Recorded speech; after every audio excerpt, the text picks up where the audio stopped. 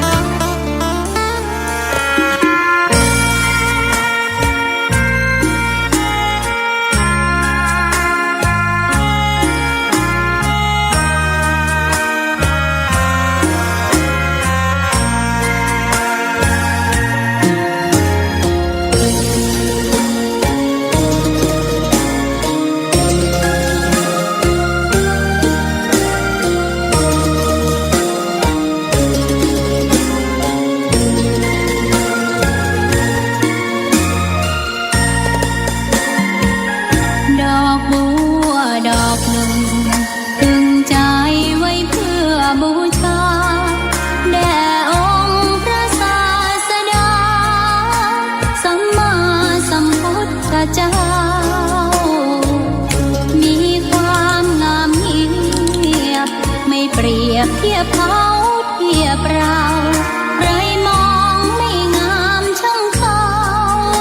แต่เจ้าก็คือดอกบัวด้วยความสัตย์ซื่อยึดถือความดีเป็นหลัก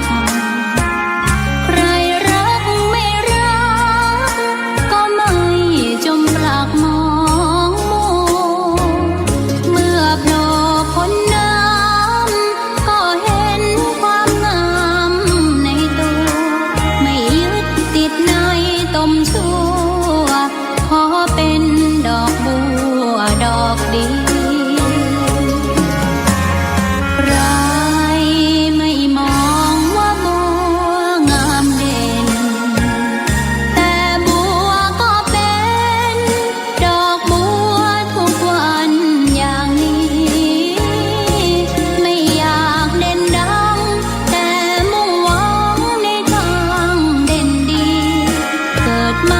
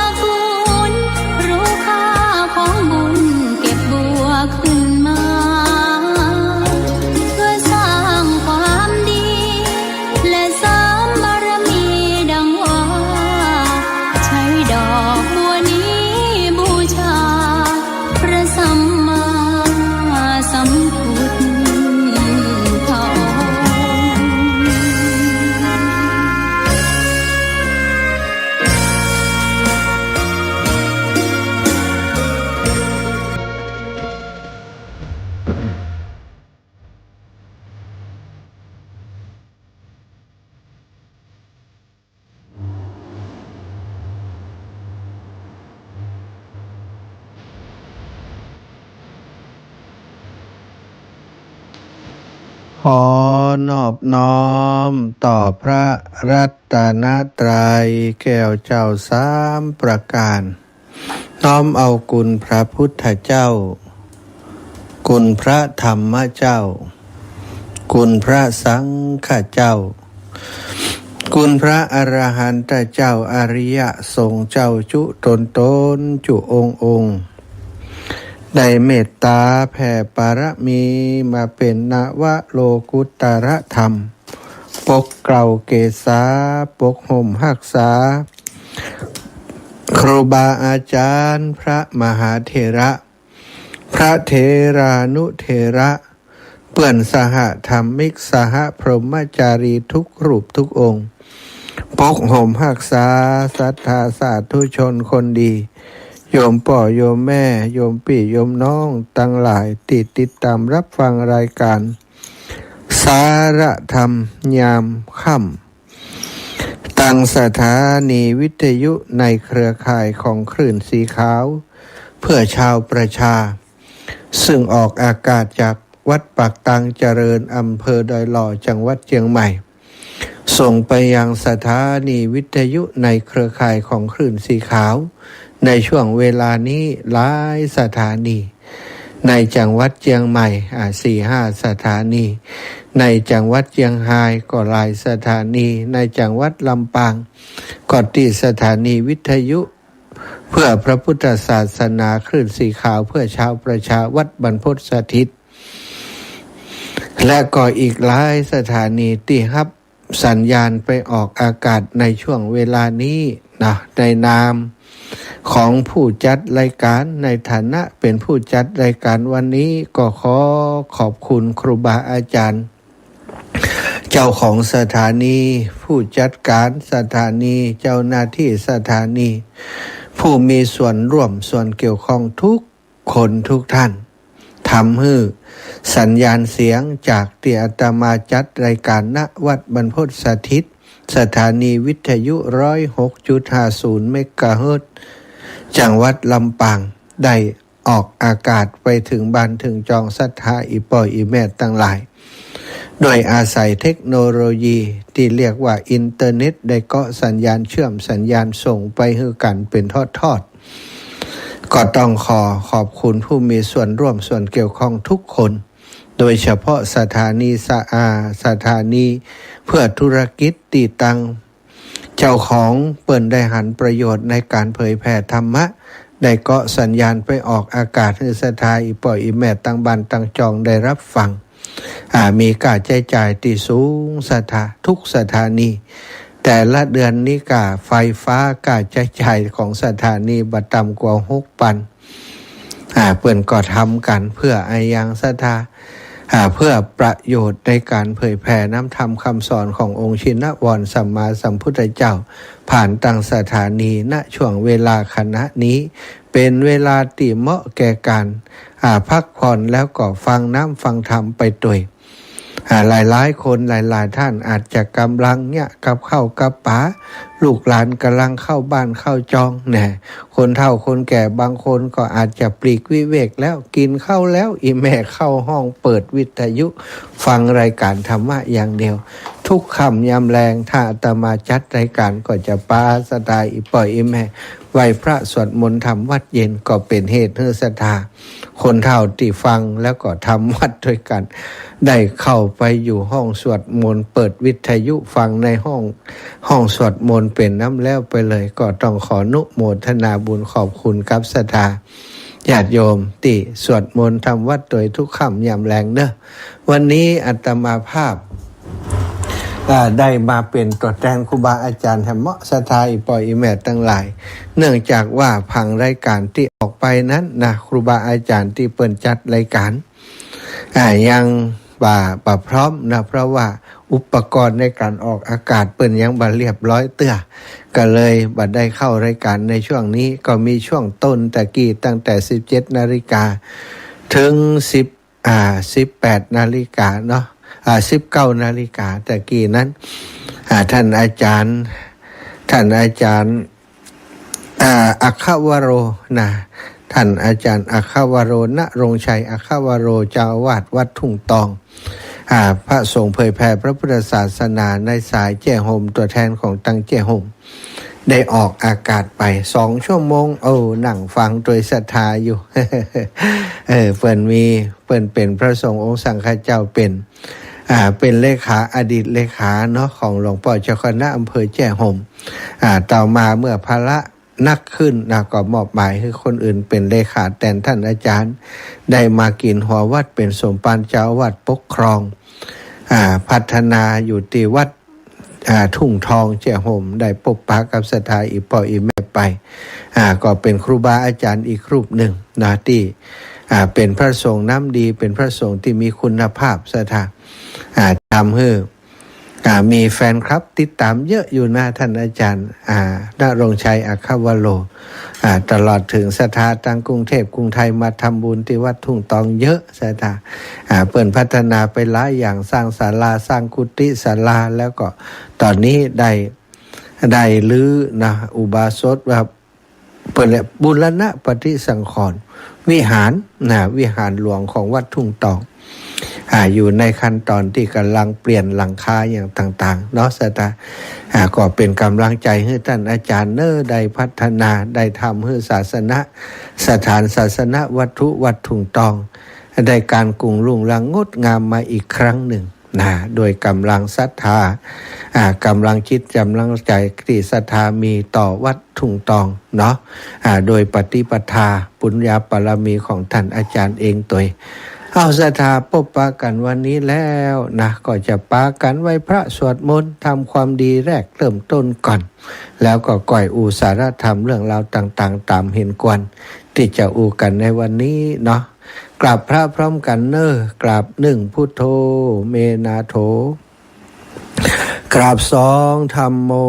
เมนาโถ กราบ3สังโฆเมนาโถ อิมินาสกาเรนะพุทธังอภิปูชยามิ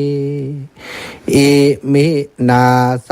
กาเรนะธัมมังอภิปูชยามิอิมินาสกาเรนะสังฆังอภิปูชยามิอะระหังสัมมาสัมพุทโธภควาพุทธังภควันตังอภิวาเทมิกราสวากขาโตภควตา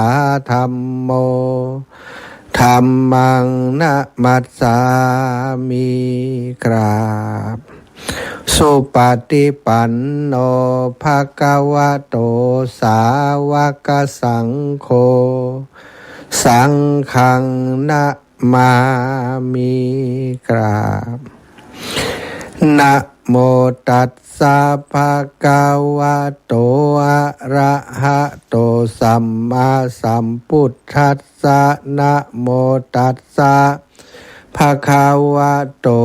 อะระหะโตสัมมาสัมพุทธัสสะนะโมตัสสะภะคะวะโตอะระหะโตสัมมาสัมพุทธัสสะพุทธังสรณังคัจฉามิธัมมังสรณังคัจฉามิสังฆังสรณังคัจฉามิตุติยัมปิพุทธังสรณังคัจฉามิตุติยัมปิธัมมังสรณังคัจฉามิตุติยัมปิสังฆังสรณังคัจฉามิตาติยัมปิพุทธังสรณังคัจฉามิตาติยัมปิธัมมังสรณังคัจฉามิตาติยัมปิสังฆังสรณังคัจฉามิ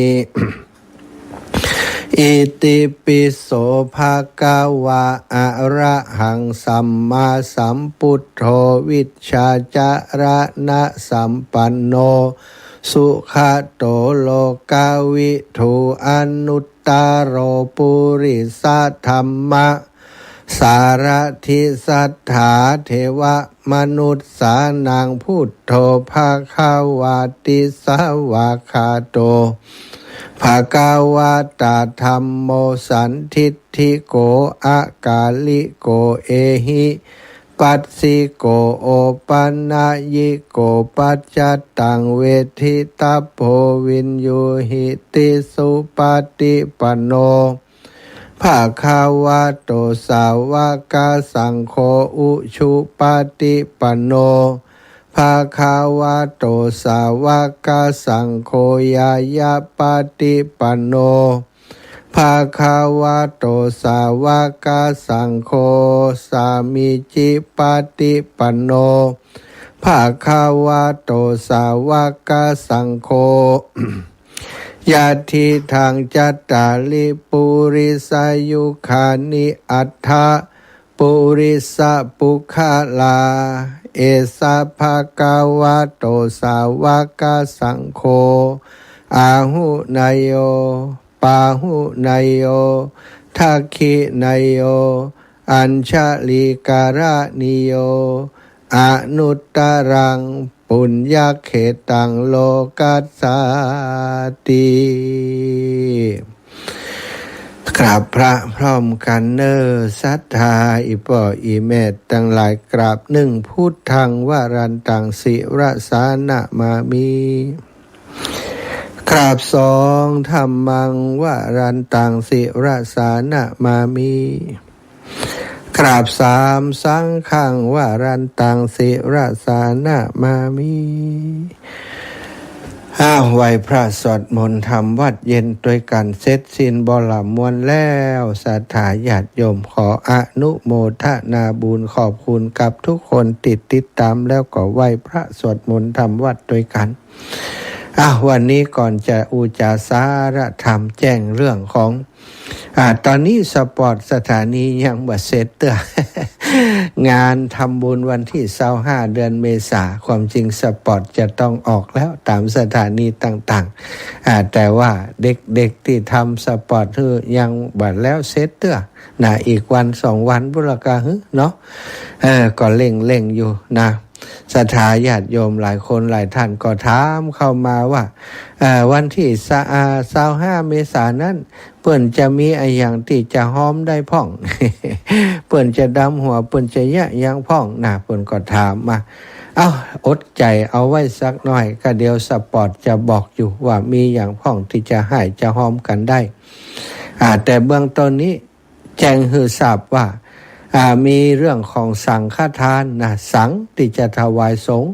ครูบาอาจารย์ที่จะมาเป็นตนบุญเนื้อนาบุญให้กับเฮาในการกล่าวว่าดำหัว50รูปนิมนต์50รูปก็จะมีอยู่50ชุดด้วยกันชุดละ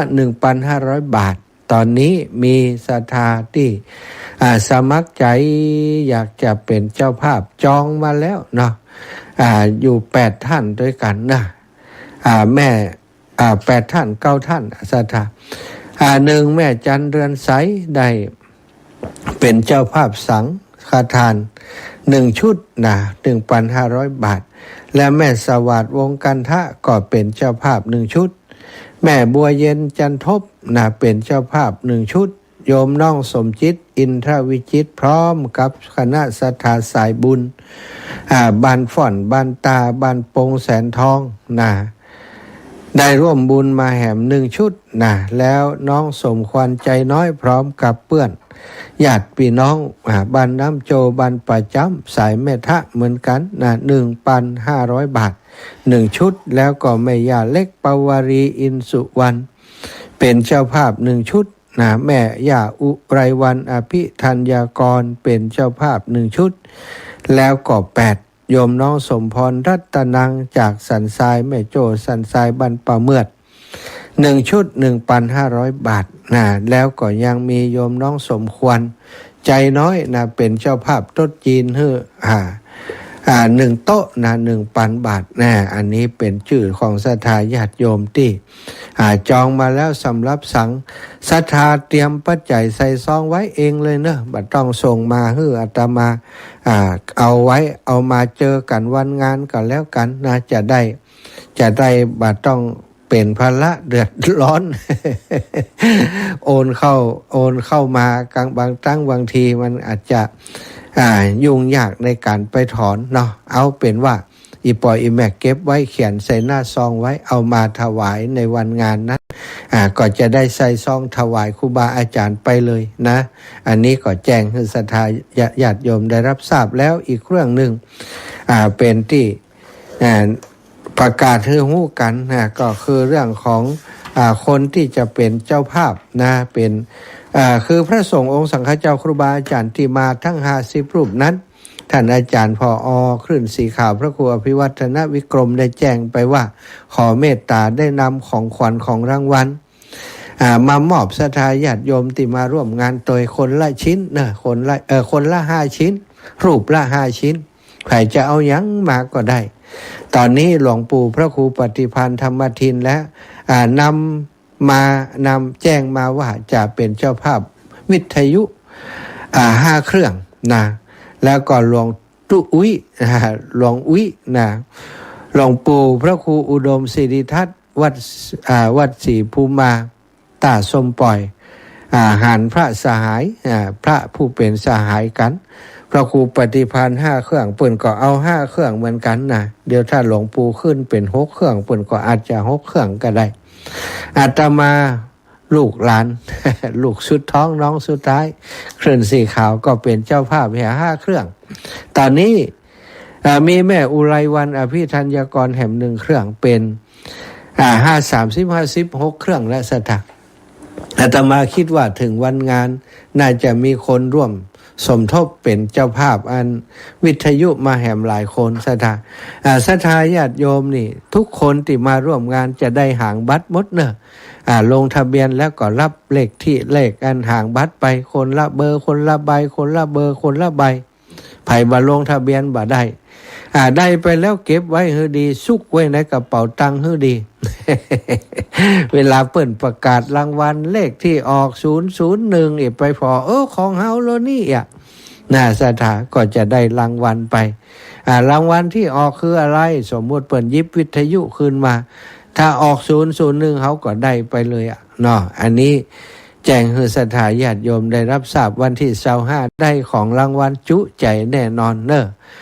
ก็คิดว่าครูบาอาจารย์รูปอื่นๆจะนำมาเพิ่มเติมแห่มสำหรับวิทยุเนาะมอบเพื่อกับศรัทธาญาติโยมก็เป็นของขวัญของที่ระลึกทุกคนที่เอามาจะให้เปิดติดสติกเกอร์ติดสติกเกอร์ติดวิทยุไว้ศรัทธาเปิดฟังก็อันนี้ของหลวงพ่อพระครูอุดมเจ้าได้รางวัลมาอีกเนาะเพิ่นจะได้บุญโดยทุกวันที่เฮาฟังรายการวิทยุอันนี้แจ้งให้ทราบเนาะอนุโมทนาบุญกับทุกคนทุกท่านที่ให้หอมมาเนอะก่อยว่ากันจดไปเรื่อยๆเขียนไปเรื่อยๆถ้ามีคนสมทบเพิ่มเติมมาอาตมาก็จะจดจานชื่อเสียงเรียงนามศรัทธาแล้วก็ประกาศไปเรื่อยๆเนอะเจริญพรโยมแม่เช้าไม่สาเจ้าใช่แม่อีแม่ก็มาท้องซุกเนี่ยเอาแข็งหนึ่งก็มันไม่เฉียงเอาเขียงเอาเขียงแล้วก็ถ้าสมมุติว่าจับได้หรอจะเอากลับบ้านก็จับได้ของตัวเก่ามือนะ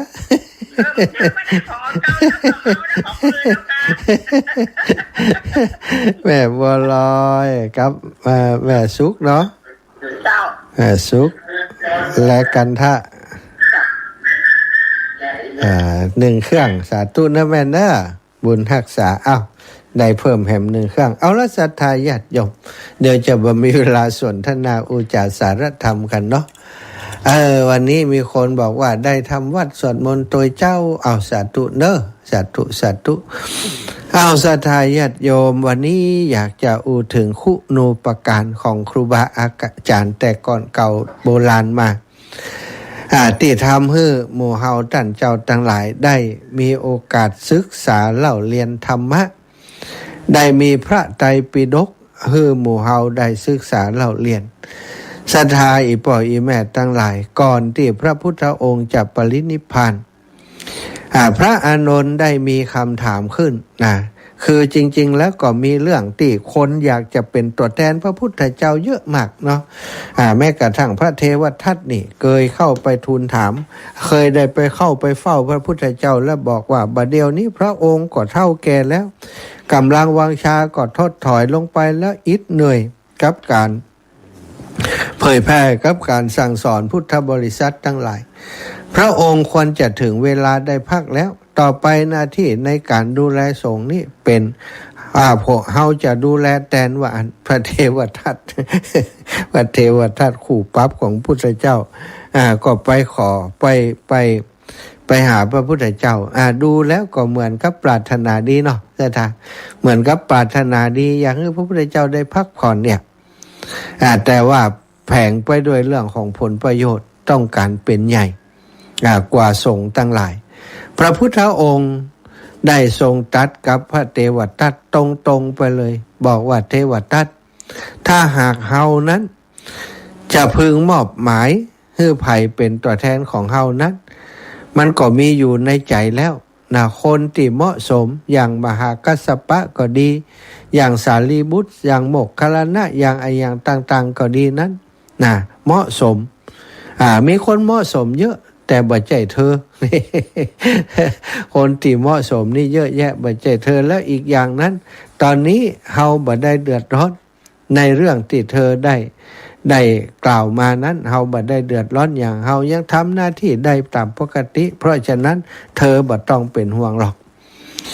เมื่อพระเทวทัตโดนตอกหน้าอย่างนั้นศรัทธาญาติโยมเสียหน้าเนาะเสียหน้าอย่างนั้นก็ได้นำพระภิกษุสงฆ์ออกจากพระพุทธเจ้าไปตั้งสำนักของตัวเองทำตัวเป็นศาสดามีสาวกเหมือนพระพุทธเจ้ามีสาวกนะได้แต่งตั้งคนรูปนั้นรูปนี้เป็นสาวกขวาซ้ายอย่างเงี้ยแบบพระพุทธเจ้าเห็นแบบเปิ่นมรสถาแล้วก็ทำตัวว่าปฏิบัติวินัยทำบัญญัติวินัยที่เคร่งครัดกว่าที่พระพุทธองค์ทรงบัญญัติไว้อย่างพระพุทธองค์ทรงบัญญัติเรื่องบาใส่รองเท้านอกจากว่าถ้าอยู่ในชนบทที่กันดารมันมีสิ่งกีดขวางที่เป็นอันตรายมีขวากมีน้ำก็ใส่ได้แต่ว่าต้องแบบประดับประดาตกแต่งให้มันเป็นของสวยงามเป็นธรรมดาพื้นทั่วไปนี่ได้ถ้าเทวทัตนี่บอกว่าต้องบ่ใส่เลยบ่ฮื้อใส่เลยบ่อนุญบ่ยกเว้นห้ามกินห้ามพระพุทธองค์ห้ามฉันเนื้อสัตว์ถ้าได้ยินว่าเปิ่นฆ่าสัตว์เพื่อตนได้ยินเสียงสัตว์ฮ้องได้ยินอะไรอย่างก็แล้วแต่มีความบ่สบายใจลังเลใจว่าเปิ่นทำเพื่อตัวเองห้ามฉันนี่ห้ามฉันเนื้อโน่นนั่นนี่ซะพระพุทธองค์แต่ว่ายกเว้นสำหรับภิกษุไข้ที่จำเป็นจะต้องได้โปรตีนได้อาหารส่วนนี้ก็อนุญาตอยู่แต่เทวทัตนี่บอกว่าห้ามเลยบ่ฮื้อฉันเลยทำเหมือนกับว่าตัวเองนี้จะถือเคร่งครัดกว่าพระพุทธเจ้านี่ก็แยกตัวออกไปแต่สุดท้ายก็ประสบข้อกรรมที่ ต้องถูกแผ่นดินสูบในที่สุดสถาพระเทวทัตทีนี้ประลบถึงเรื่องที่การที่มีคนอยากจะมาเป็นตัวแทนพระพุทธเจ้าเนี่ยสถาจะมีไผ่ที่เหมาะสมพอพระพุทธองค์ทรงปรงสังขารว่าจะนิพพานแล้วอีก3 เดือนต่างหน้าพระอานนท์ก็เดือดร้อนเพราะมีคนถามมาตลอดว่าถ้าพระพุทธองค์ปรินิพพานไปแล้วไผ่จะมาแทนเปิ้นพระอานนท์ท่านได้ถามพระพุทธเจ้าแล้วยังพระอานนท์ก็บอกว่าเรื่องนี้พระองค์ควรจะบอกเองไม่ใช่เรื่องที่เฮาจะไปถามไปรบกวนพระยุคลบาทของพระศาสดาเจ้าแต่ก็ถูกลบเล้าถามอยู่บ่อยๆแล้วก็เป็นคำถามที่มันอยู่ในใจของพระอานนท์ตัวเองสถาวันหนึ่งก็เข้าไปเฝ้าพระพุทธองค์ท่ามกลางภิกษุสงฆ์ทั้งหลายก็ขออนุญาตทูลถามว่าถ้าวันหนึ่งพระพุทธองค์ปรินิพพานไปนั้น จะเอาไผเป็นตัวแทนนะจะมาเป็นตัวแทนพระพุทธเจ้าศรัทธาญาติโยมถามอย่างนี้พระพุทธองค์ก็ทรงตรัสกับอานนท์ว่าอานนท์ธรรมวินัยอันใดที่เฮากล่าวไว้ดีแล้วได้บัญญัติได้บอกเธอไปแล้วธรรมวินัยทั้งหลายเหล่านั้นจะเป็นตัวแทนเฮาตถาคตเฮาบ่อนุญาตให้ไผเฮาบ่แต่งตั้งไผจะมาเป็นตัวแทนเฮามันเป็นไปมันได้บ่มีสัทธาแต่สิ่งที่เฮาได้สอนเธอทั้งหลายไปที่เรียกว่าธรรมวินัยทั้งหมดนั้นจะเป็นศาสดาแทนเฮาต่อไปในอนาคตสัทธาอีป่ออีแม่ทั้งหลายทุกวันนี้ที่เฮามีพระธรรมวินัย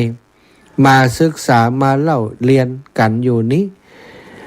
ก็เพราะโดยคุณูปการของครูบาอาจารย์ในยุคสมัยนั้นที่ได้ทำการหลังจากพระพุทธองค์ปรินิพพานไปแล้วก็ได้มีเหตุการณ์หนึ่งที่ทำให้พระมหาเถระชื่อว่าพระกัสสปะซึ่งเป็นยังมีชีวิตอยู่ตอนนั้นอายุก่อนนักกว่าพระพุทธเจ้าแล้วนะยังมีชีวิตอยู่ท่านอายุยืนได้ทราบจากคนที่เดินทางผ่านมาว่าพระพุทธองค์ทรงปรินิพพานแล้วได้6 วันแล้วนี่สถาเอาพระมหากัสสปะก็ว่าเฮาจะได้บอกนี่เอาพระพุทธองค์ทรงเสด็จดับขันธปรินิพพานไปแล้วพระมหากัสสปะก็ทรงก็ได้เดือดร้อนใจจะหีบเดินทางไป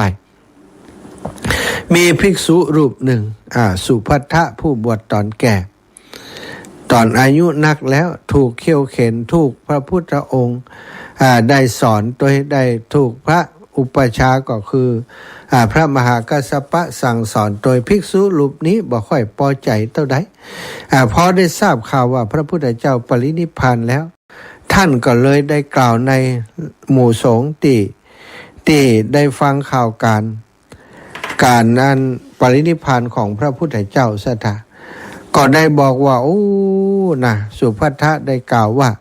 กล่าวถ้อยคำที่เป็นการจ้วงจาบพระธรรมวินัยทำนองว่าพระพุทธเจ้านี้ปรินิพพานเสียได้ก็ดีแล้วพวกเฮาจะได้พ้นจากการปกครองของพระองค์บ่ต้องมีผู้ใดมาคอยตักเตือนคอยบัญญัติอันนั่นอันนี้ข้อนี้ข้อนั้นข้อนี้เป็นที่ลำบากใจที่เฮาจะต้องปฏิบัติตามได้อย่างอีขึ้นมาพระมหากัสสปะเถระเจ้าได้ฟังอย่างนั้นก็ได้มาสะท้อนใจนึกว่านี่ขนาดพระพุทธองค์กำลังปรินิพพานไปยังมีภิกษุในธรรมวินัยในนี้ได้กล่าวจ้วงจาบพระพุทธองค์ได้ถึงเพียงนี้ถ้าหากอนาคตไปหน้าไปลบ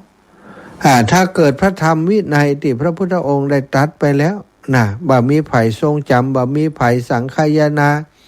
บ่ได้ทำเป็นหมวดหมู่โอกาสที่ธรรมวินัยของพระพุทธเจ้าที่ทรงได้สั่งสอนเฮาทั้งหลายจะเสื่อมสูญไปโดยสาเหตุอื่นๆก็คือเมื่อพระมหากัสสปะได้ปรารภพุทธดำรัสที่รับสั่งแก่พระอานนท์ว่าธรรมวินัยจักเป็นตัวแทนหรือว่าศาสดาแทนพระองค์ในการที่พระองค์ล่วงไปแล้วเพื่อต้องการเรียบเรียงพระนามวินัยให้สมบูรณ์อีกสาเหตุหนึ่งก็คือพระมหากัสสปะมีเหตุผลส่วนตัวที่ท่านต้องพิทักษ์ศาสนาธรรมไว้ท่านได้รับยกย่องว่ามีคุณธรรมเครื่องอยู่เสมอด้วยพระพุทธองค์แล้วก็ทรงเปลี่ยนผ้าสังฆาทิของพระพุทธองค์กับท่านในฐานะที่ทรงยกย่องพระมหากัสสปะนี้เป็นเหตุผลหนึ่งที่ทำให้ท่านได้คิดว่าเฮาจะต้องทำการสังฆายนานี้เพราะเหมือนกับพระพุทธองค์ได้ทรงมอบหมายภาระหน้าที่นี้คือกับพระองค์โดยการสังฆายนาครั้งนี้มีรายละเอียดก็คือทำเมื่อพระพุทธเจ้าของเฮาพระเจ้าองค์ศาสดาปรินิพพานไปแล้ว3 เดือนสถานที่ที่ทำก็คือถ้ำสัตตบัญคูหา สัตบัญคูหาเป็นถ้ำที่กว้างสถาญาติโยมก็มีคนที่เปิ้นไปแอวประเทศอินเดียเปิ้นก็ไปแอวในถ้ำสัตบัญคูหาตัวเป็นถ้ำที่กว้างใหญ่มากระยะเวลาที่ได้ทำสังฆยานาในคราวข้างนั้นถึง7 เดือนจึงจะสำเร็จแล้วมีพระอรหันต์ขี่หน้าศพถึง500 รูปผู้ทำสังฆยนาประธานสงฆ์ก็คือพระมหากัสสปะผู้ที่จะตอบคำถามปัญหาพระวินัยก็คือพระอุบาลีเถระเจ้าผู้ติดตอบแก้พระอภิธรรมก็ติดทรงจำได้นักก็คือพระอานนท์ผู้ที่อุปถัมภ์ก็คือพระเจ้าอาชาติศัตรูแห่งกรุงราชคฤห์ผลของการทำสังฆยนาครั้งนั้นก็คือมีการเรียบเรียงพระธรรมวินัยทำวินัยให้เป็นหมวดหมู่มีการปรับอาบัติพระอานนท์มีการลงพรหมทานพระฉันทะมีการยอมรับมติของพระมหากัสสปะคือคงสิกขาบทเดิมไว้ทั้งหมดและเพราะความหันบ่สอดคล้องกันในเรื่องสิกขาบทเล็กๆน้อยๆพระเถระบางรูปบางพวกว่าเว้นจากปาราชิก4 เหียเสียนอกนั้นเล็กๆน้อยๆเป็นต้นสงฆ์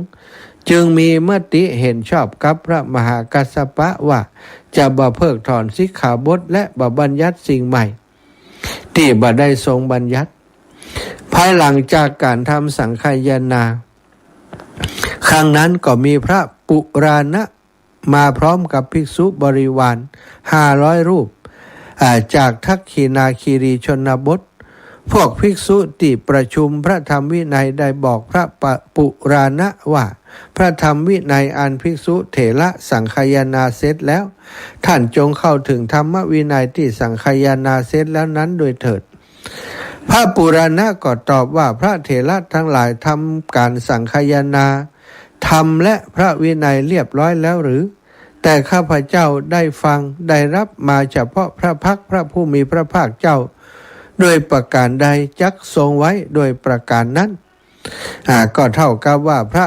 ปุราณะมีความหันส่วนใหญ่ตรงกับการสังฆยนาครั้งนี้แต่มีเพียงเรื่องคาถาวัตถุ8ที่เป็นพุทธานุญาตพิเศษเมื่อคราวเกิดเหตุทุพพิกภัย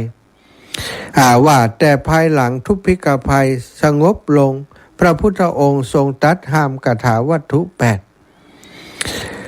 แล้วก็ยังคงถือปฏิบัติตามที่ได้สดับมาจากพระพุทธองค์นั่นก็คือมีฝ่ายพระปุราณะรวมถึงบริวารอีกอย่างน้อย500ตีบ่ยอมรับในการสังฆยนาครั้งนี้แล้วก็มีฝ่ายพระมหากัสสปะที่หันว่าฮือคงพระวินัยไว้ทุกข้อโดยบ่มีการเพิกถอนฉะนั้นการสังฆยนาครั้งนี้เกิดขึ้นจากพระภิกษุเพียงกลุ่มเดียวเท่านั้นแล้วก็มีพระภิกษุอีกจำนวนมากบ่ได้เข้าไปร่วมในการสังฆยนาโดยทำให้สงฆ์มีความหันที่เป็น2 ฝ่าย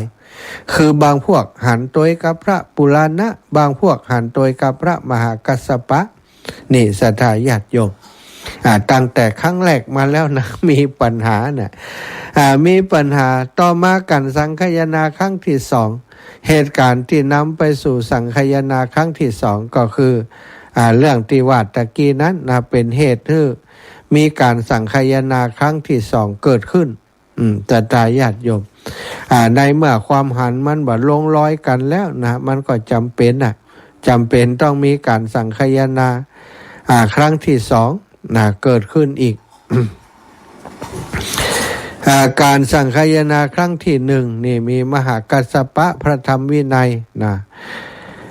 พระธรรมวินัยที่สังฆยนาแล้วนั้นเปิ้นก็จำกันนะศรัทธาจำกันแบ่งกันไปที่เปิ้นเรียกว่าสังฆยนาเป็นหมวดหมู่แล้วพอเป็นหมวดหมู่แล้วเปิ้นก็ทรงจำกันคนสมัยก่อนสมองเปิ้นดีเนาะเป็นพระอรหันต์โดยเด้อนะก็ปันกันคนนี้ก็จำสูตรนี้จำท่องจำจนขึ้นใจแล้วก็มีลูกศิษย์ลูกหาก็ให้ทรงจำเรื่องนี้เลยช่วยกันท่องช่วยกันจดจำไว้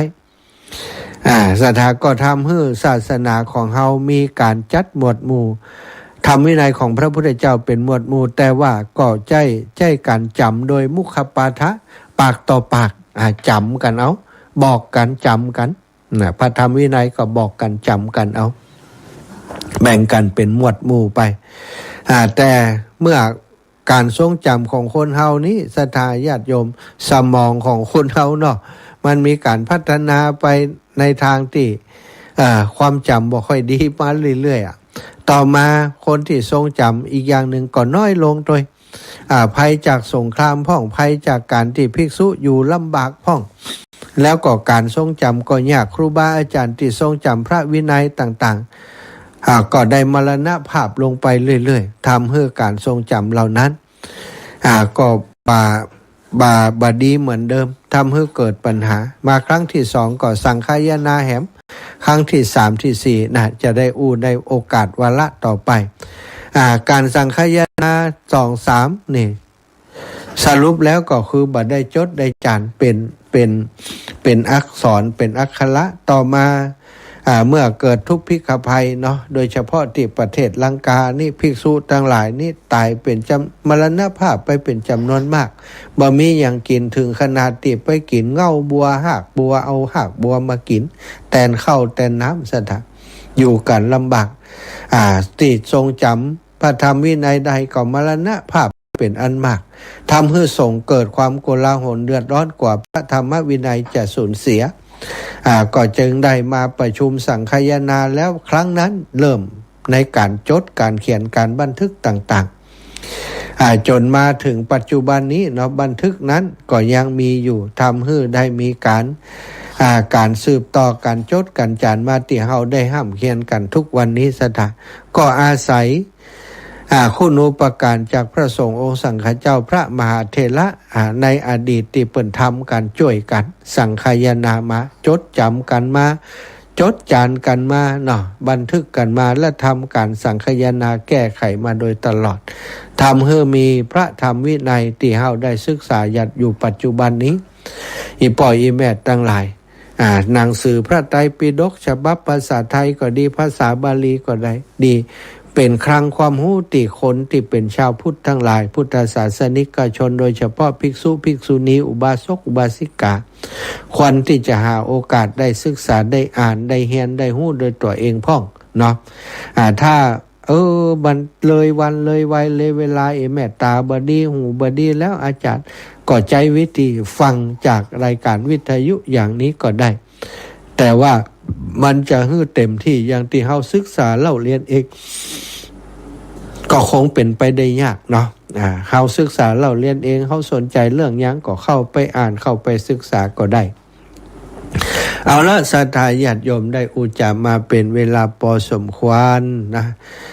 เป็นการแบ่งปันการอุจจาเล่าให้ศรัทธาฟังเนาะก็ที่มาที่ไปของการทำสังฆายนาที่มาที่ไปของธรรมวินัยที่มาถึงเฮาปัจจุบันนี้ต้องช่วยกันอนุรักษ์รักษาไว้ให้อยู่อย่างยืนยงไปเมินๆนานๆช่วยกันเผยช่วยกันแผ่ของดีของงามนี้ให้คนที่เพิ่นต้องการได้ฮู้ได้เรียนได้ใจประโยชน์โดยเฮาเนาะมียาวิเศษแล้วก็จะต้องเอามาช่วยกันศรัทธาขยายให้คนอื่นได้กินยาวิเศษคือธรรมะของพระพุทธเจ้าด้วยกันไปศรัทธาญาติโยมได้เวลาเปิดสายแล้วก็จะเปิดสายให้ศรัทธาญาติโยมได้โทรเข้ามามามาจามาสนทนากันนะวันพรุ่งนี้จะไปแอวที่บ้านไหนนะมีคนสอบถามมาไปน้ำโจประจำพี่น้องบ้านน้ำโจเนาะโยมน้องสมควรโยมปีจันดีโยมแม่จินดาวันพรุ่งนี้ปะกันวันพรุ่งนี้ฝนบัดตกเด้อ ไปบิณฑบาตได้อยู่นะวันพรุ่งปะกันที่น้ำโจประจำนะนัดหมายกันไว้ถ้าบอกไว้เดี๋ยวเปิ้นก็บ่ได้เตรียมตัวเนาะเพราะว่าบ่แน่นอนบางทีก็ต้องไปตรงหันตรงนี้ตามที่ศรัทธาเปิ้นนิมนต์นะเอาละศรัทธาเปิดสายให้โทรเข้ามา08088417308088441730เนอะขอบคุณและอนุโมทนาบุญกับทุกคนทุกท่านที่ติดตามรับฟังรายการแล้วก็ถวายปัจจัยมาแม่จัน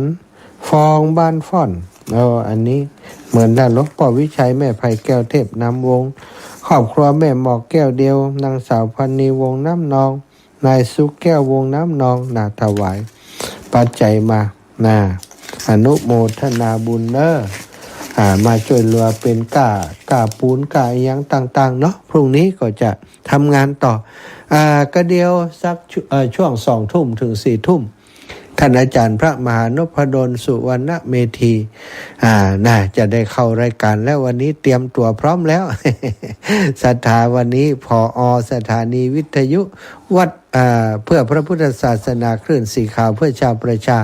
วัดบรรพตสถิตจะได้ออกรายการเนอะพบปะกับศรัทธาอีปล่อยแม่ต่างหลายเตรียมตัวรับฟังกันได้เลยคงจะมีเรื่องราวมาแจ้งให้ทราบหลายอย่างอยู่มีพระสงฆ์องค์สังฆเจ้าที่อำเภอวังเหนือเนาะวัดแม่สายเงินได้ถึงแก่การมรณภาพไปท่านอาจารย์ก็คงจะมาแจ้งในรายการต่อไปศรัทธาญาติโยมพี่น้องแฟนฟันแท้จากเชียงใหม่มาแล้วนมัสการครับ จะเลินปอนแฟนพันแท้ครับจ้าวันนี้คงบ่เมาแล้วก็บ่เมาแล้วเปิ้นยืดไปแล้ว อิดนาอันนี้ก็เมามาตั้งแต่3 โมงแล้วนี่วันผุ่มเจ้าก็เมาผมฟังตลอดเนี่ยวันผุ่มเจ้าตี 3 ถึงตี 5ได้เมาแตนตุลุงยองให้มั้งมีแค่นี้ครับมากำลังใจนะครับสาธุจ้าสาธุครับนมัสการครับเจริญพรแม่บัวเย็นจันทบอาจารย์แม่เกียงคำหอมปูน100แม่เกียงคำสิริวงศ์แม่เกียงคำสิริวงศ์ปูนเจ้าผูกไปไหนถ้าจะแยกการโยแม่ที่แรกจะไปรดน้ำศพแต่ว่าสลามมีเปื่อนน่ะสลาเหมือนจะมาแยกการทุนมีเปื่อนจำเป็นต้องอยู่อีไหมแต่ไปแล้วก็ไปรดน้ำศพตีอันตุลุงปุ่นบ้านวัดแม่สายเงินวัดตุปิตะวันแม่สิมรณภาพแล้วแต่อาจารย์ปุ่นก็ไปอยู่แต่เฮาทำได้ไปก่อนไปวันประชุมเพิ่งเจ้าเนาะสาธุนาบุญรักษาเนื้อแม่เด้อเจ้าสาธุเจ้าขี่รถแข่งไปกลเนาะท่านเดี๋ยวมันซื้อแบบพัดนั่นเดี๋ยววันถูกวันนึงเรามันจะไปซื้อรถไฟฟ้าหรือมั้งลึกแหมละอีแม่นี่เขาไปยื้อเขาที่เขาแปลงลงรถนั่นกันเดี๋ยวไปเดี๋ยวมาอยู่เนี่ยกันหาเรื่องใครได้รถไฟฟ้ารู้นี่ดีละรถไฟฟ้าดีที่สุดเจ้าสาธุนะเจ้าสาธุเจ้าเนี่ยคนเฒ่าคนแก่ระวังนะขี่รถเขี่ยงแมงกะไซนี่อันตรายรอบทิศเนอศรัทธาญาติโยมมาเพราะว่ากำลังเฮาน้อยเนาะมันบ่เหมือนเก่าบ่เหมือนเดิมบางทีนี่เมื่อก่อนนี้ก็หาว่าครับได้ดีกะแต่ว่าอายุเฮานักมานี่ดีบ่ดีมันมีแฮงนะมันมีแฮงมันจะล่มจะหยังก็เอาบ่อยู่นี่ต้องระมัดระวังเน้อเอาศรัทธาญาติโยม0808844173พี่น้องเวียงปะเป้าตันเปิ้นกะจะหมดเวลาแล้วนะเข้าใจเว้ยเข้าใจเว้ยสู้พี่น้องลำปางได้แล้วแม่น้อยท่าโถกมาแล้วโอ้แฟนแท้จ้ะฟังอยู่นะเจ้าแม่ทำไมฟังอยู่ตลอดดีน่าลงฉันลืมวันอีกทีล่ะเจ้าวันพัดกะเจ้าลืมอย่าละแม่เจ้าแล้วก็เดี๋ยวนี้ทานอยู่วัดนี่สบายใจแหละก็สบายดีไม่มีอะไรเจ้าสบายใจกันแล้วไปต่อไปจ้าบุญรักษาเนอะรักกันเถอะระวังตัวพองนะจ้าโอเคจ้าเจริญพรแม่ศรีนวลบ้านห้องกอกสำหรับงานนี้นั่นเหรอสำหรับนี่มีมดอีแม่แต่ว่าอันนี้คือปัจจัยที่จะถวายเนาะที่1,500นี่นะสำหรับนี่ก็รวมกันยังทันแล้วนะเขาจะเป็นนั่นเขาจะไปเอาของที่เป็นที่ใส่สำหรับมาศรัทธาก็ปากันเอามาใส่ของใจของอย่างเอกสำหรับจะรับบุญเลยนะฮะ อยากจะดามเลยก็ว่า เอาศรัทธาเอามาจากบ้านนี่คือเขาเอาของใจมาหน่อสมมุติว่าเขาจะเอาเครื่องใจไม่สอยต่างๆมาถวายกับผลพักผลไม้มาเขาก็มาใส่อย่างทันแล้วนะที่เขาอันกะละวาดดำหัวเขาก่อนนะเอามาคนละอย่างสองอย่างใส่เต็มแพทย์อ่ะ แต่ส่วนนั้นปัจจัยถวายนั่นก็ 1,500 บาท เขาไปเลี้ยงได้เอาไปใส่เอาบุญ เขาไปใส่เอาเพ่เขาก็เตรียมของเขามาก็ได้ แล้วแต่เขาเตรียมเข้ามาแล้วมาใส่เปาะกันนะไอ้แม่พอมันมี50 ชุดก่อนน่ะถวายพักผลไม้มาเอาของมาใส่อย่างนั้น จัดทุนนะแม่เนอะเดี๋ยวอู้กันนอกอันนี้ก็ได้เนาะจ้ะ เอามาคนละอย่าง สาธุเจ้าแม่ศรีนวลห้องกอกจะเป็นเจ้าภาพสำหรับด้วยได้เลยนะเดี๋ยวไก่อู้กันนอกไม้หลังไม้นะเอาละศรัทธาอีพ่ออีแม่ทั้งหลายนะได้อุจามาเป็นเวลาพอสมควรแล้วก็จะได้นำรายการจากลาศรัทธาญาติโยมไปด้วยเวลาเพียงเท่านี้เท่าอีก่อนแลขอความสุขความสัสดีจงมีแก่ศรัทธาญาติโยมทุกคนทุกท่านเนอะจัตตารโอธรรมาวาตันติอายุวันโนสุขัง